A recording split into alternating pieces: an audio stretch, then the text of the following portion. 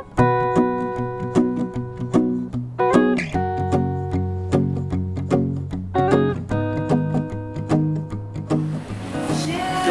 kalau untuk sahur, makanan apa yang disarankan? Nah, ini untuk sahur itu kadang-kadang kita harus mendapat perhatian yang lebih lagi, karena apa, orang kebanyakan makan sahur dengan makanan yang tinggi nilai indeks glikemiknya, gulanya kebanyakan dan biasanya yang kurang serat. Karena orang kadang suka malas masak pada saat sahur. Suka mau tidur gitu ya? Iya, mau tidur suka malas ya. Nah, kalau tips saya itu pada saat sahur kita harus mengkonsumsi banyak makanan dengan indeks glikemik yang rendah. Seperti yang banyak mengandung serat seperti oatmeal ya. Kalau kita mengonsumsi oatmeal kita akan tahan lapar lebih lama dibanding dengan kita makan yang banyak serat. Iya. Dan untuk ini, untuk proteinnya kita juga nggak makan seharian. Ya, protein pun kita tetap harus mendapatkan dari protein yang termasuk tinggi dari tadi ikan, daging, telur, susu. Ya. Jadi sama ya, yang penting seimbang dan lengkap. Ya. Oke. Kemudian ada yang sumber makanan yang mudah diolah dan baik ketika puasa. Mungkin ada tips khusus mengenai itu. Seperti apa mungkin misalnya saya? Contoh-contoh makanan apa ya? Mungkin disarankan ketika puasa, ada spesial gitu nggak? Atau pada sama aja? saat berbuka atau pada saat sahur? Emang beda ya untuk itu ya? Iya, memang kita harus aturan. Kalau misalkan untuk sahur gitu, Untuk sahur kita memang perbanyak yang mengandung serat. Ya, dari sayur, buah-buahan itu harus saja. buah-buahan pagi atau malam?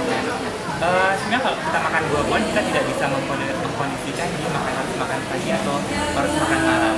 Buah itu bisa dimakan kapan saja. Jadi nggak harus kalau mau sahur ya harus makan buah ini nih. Mungkin lebih baik apa itu nggak ya, sama aja. Kalau menurut saya itu sama saja. Oke. Kemudian banyak yang menyarankan kurma. Yang mungkin kurma kan ya. Pertama, kurma itu tinggi dari segi gulanya, kadar gulanya termasuk tinggi. Itu untuk menurunkan kadar. Kemudian kandungan kalsiumnya termasuk tinggi. Kalsium. Ya, jadi kesehatan tulang. Oke. Dan juga dia mengandung juga kalium itu untuk menetralkan tekanan darah. Ya, soalnya pada saat kita berpuasa tekanan darah kita tuh akan turun. Oh iya, tekanan darah. Karena kurma itu banyak mengandung mineral yang dibutuhkan dalam tubuh kita seperti kalium, bisa meningkatkan magnesium, itu bisa menstabilkan tekanan darah kita. Kalau yang tekanan darahnya sudah tinggi nggak masalah ya? Nggak ada masalah, karena kalium termasuk digunakan juga untuk terapi untuk orang yang hipertensi. Si kalium.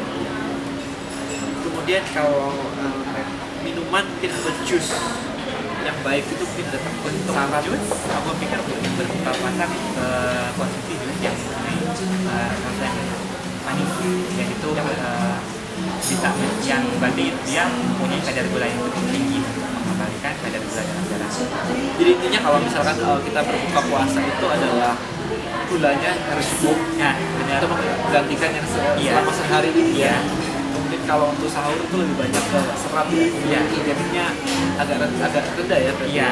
Kemudian protein sama aja ya. Malam harus ada. Harus cukup. Sahur juga harus ada ya. Oke.